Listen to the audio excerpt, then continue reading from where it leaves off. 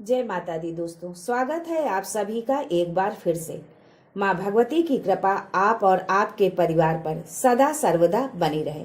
दोस्तों, अगर आप अपनी लाइफ में नया कुछ सीखना चाहते हैं तो चैनल को सब्सक्राइब जरूर करिएगा। दोस्तों, हिंदू धर्म में शिवलिंग पूजा का विशेष महत्व है। वहीं सावन में शिवलिंग पूजा और भी खास हो जाती है। मान्यता है कि सावन के महीने में शिवलिंग पर रोजाना जल चढ़ाया जाए तो भोलेनाथ अतिशीघ्र प्रसन्न होकर अपनी असीम कृपा भक्तों पर बरसाते हैं। वहीं लोक मान्यताओं में शिवलिंग पर चढ़ाया हुआ जल पीने की बात भी कही जाती है। दोस्तों, शिव पुराण में अभिषेक का महत्व बताया गया है। शिवलिंग का जलाभिषेक शिव कृपा प्राप्ति का सर्वाधिक सरल मार्ग है। शिवलिंग पर जल चढ़ाते समय आप जो पात्र लें वो तांबे का हो, लेकिन तांबे के पात्र से जलाभिषेक ही करें। इसमें दूध डालकर न अर्पित करें। शिव पुराण में बताया गया है कि भिन्न भिन्न चीजों के अभिषेक से अलग अलग फलों की प्राप्ति होती है।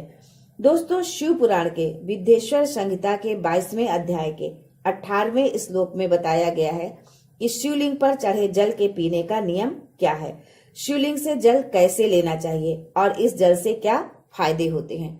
लेकिन उससे पहले आपसे रिक्वेस्ट करती हूँ कि वीडियो को लाइक करिएगा, दोस्तों को शेयर कर दीजिएगा, और अगर आपने अभी तक चैनल को सब्सक्राइब नहीं किया है तो चैनल को सब्सक्राइब करके बेल आइकन जरूर दबाइएगा। दोस्तों, हिंदू धर्म में भगवान शिव को देवताओं में सबसे उच्च स्थान प्रदान किया गया है।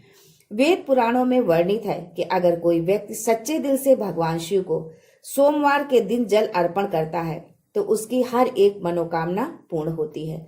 दोस्तों, बहुत लोगों में ये भ्रांति है कि शिवलिंग पर चढ़ा जल पीना चाहिए या नहीं। इसका प्रमाण विद्येश्वर संहिता का ये श्लोक प्रमाणित करता है कि शिवलिंग में चढ़ा हुआ जल पीना चाहिए या नहीं। श्लोक इस प्रकार है: सनापायित विधानेन यो लिंग स्नापनोदकम त्रिपिबेत त्रिविध पाप तस्येयासु विनश्यन्ति। विद्येश्वर संहिता के इस श्लोक में ये प्रमाण बताया गया है कि जिस जल को शिवलिंग पर चढ़ाया जाता है उस जल को त्रिपवेदम मतलब 3 बार थोड़ा थोड़ा करके पीने से कायिक, वाचिक और मानसिक तीनों प्रकार के रोग दूर हो जाते हैं। शिव जी पर जल अर्पित करते समय इस मंत्र का उच्चारण करना चाहिए: ओम नमः संभवाय च मयो भवाय च नमः शंकराय च मयस्कराय च नमः शिवाय च शिवतराय च। यदि आप इस मंत्र का उच्चारण न कर पाएं तो ओम नमः शिवाय का जाप भी कर सकते हैं। दोस्तों, आप सब शिवलिंग पर जल अर्पित करें तो आपका मुख उत्तर दिशा की ओर होना चाहिए, क्योंकि उत्तर दिशा को शिव जी का बाया अंग माना जाता है जो माता पार्वती को समर्पित है। इस दिशा की ओर मुंह करके जल अर्पित करने से भगवान शिव और माता पार्वती दोनों की कृपा दृष्टि प्राप्त होती है। कभी भी पूर्व दिशा की ओर मुंह करके जल न चढ़ाएं, क्योंकि पूर्व दिशा को भगवान भोलेनाथ का प्रवेश द्वार माना जाता है और इस दिशा की ओर मुख करने पर शिव का द्वार अवरुद्ध होता है और वो रुष्ट हो जाते हैं। दोस्तों, शिव पुराण के अनुसार जो जल शिवलिंग पर चढ़ाया जाता है उसे 3 बार थोड़ा थोड़ा करके पीना चाहिए। इस जल से के पीने से कायिक, वाचिक व मानसिक तीनों प्रकार के रोगों से मुक्ति मिलती है। दोस्तों, वीडियो को अंत तक देखें। जल से संबंधित व भोलेनाथ से जुड़ी और भी बहुत सारी जानकारी आपको इस वीडियो में देने वाली हूँ। पता नहीं कौन सी जानकारी आपके लिए हो, आपके भाग्य को बदलने के लिए हो, इसलिए वीडियो को अंत तक देखें और कमेंट में हर हर महादेव जरूर लिखें। दोस्तों, शिवलिंग पर चढ़ाए गए 1 लोटे जल में आपके सभी विघ्नों, समस्याओं का समाधान छिपा हुआ है। शिवलिंग पर चढ़ा जल कोई साधारण जल नहीं रह जाता, उसमें शिव और शक्ति दोनों का समागम हो जाता है।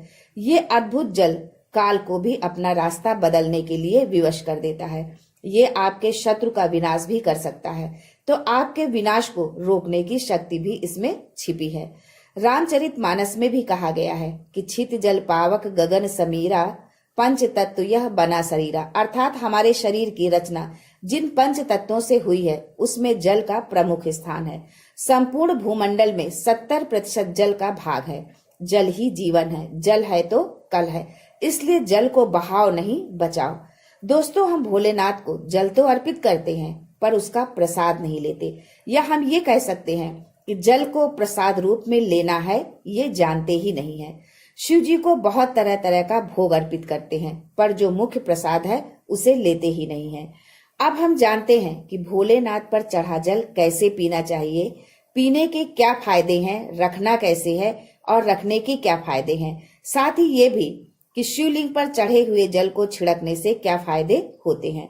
पहले जानते हैं शिवलिंग पर चढ़ा जल पीने के क्या फायदे हैं। शिवलिंग पर चढ़े हुए जल को पीने से आप स्वस्थ रहेंगे, बीमारी आपके पास नहीं आएगी, और यदि आप किसी रोग से ग्रस्त हैं तो उसमें भी सुधार होने लगेगा। दोस्तों, अब बात ये आती है कि अभी तो सावन है, आप हर दिन या सोमवार को शिवालय जाते होंगे और जल भी अवश्य चढ़ाते होंगे, लेकिन सावन समाप्ति के बाद ये नियम टूट जाएगा। ऐसा जल कैसे मिलेगा कि आप उसे पी सके? इसके लिए आप किसी साफ सुथरी बोतल में जल एकत्रित कर लें, फिर थोड़ा थोड़ा करके उसको पीते रहें। अब एक बात ये भी है कि जल अधिक दिन तक स्वच्छ नहीं रह पाएगा, इसके लिए आप गंगा जल का प्रयोग करें और उसे किसी कांच की बोतल में एकत्रित करके रखें।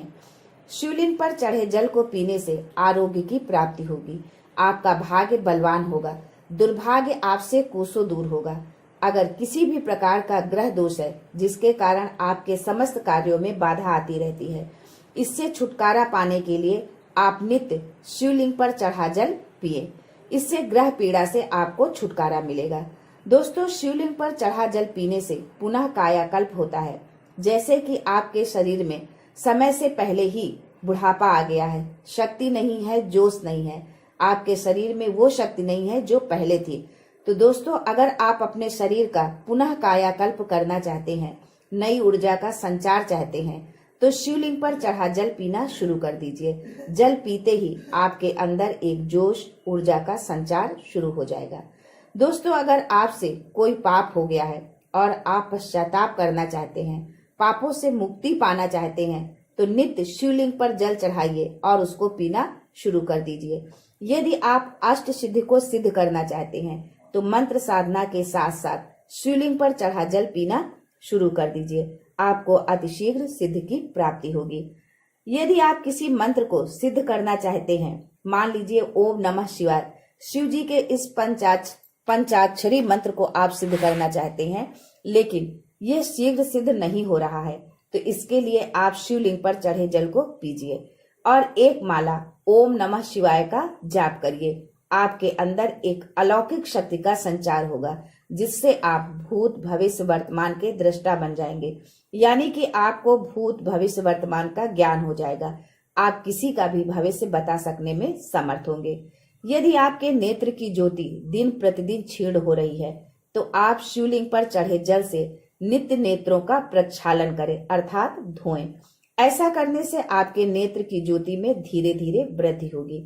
इसके लिए आपको शिवलिंग पर चढ़े जल को किसी स्वच्छ कपड़े से छान लेना है, फिर सुबह उठकर सर्वप्रथम अपने नेत्रों को धोना है। ऐसा करने से आपको नेत्र ज्योति में लाभ मिलेगा।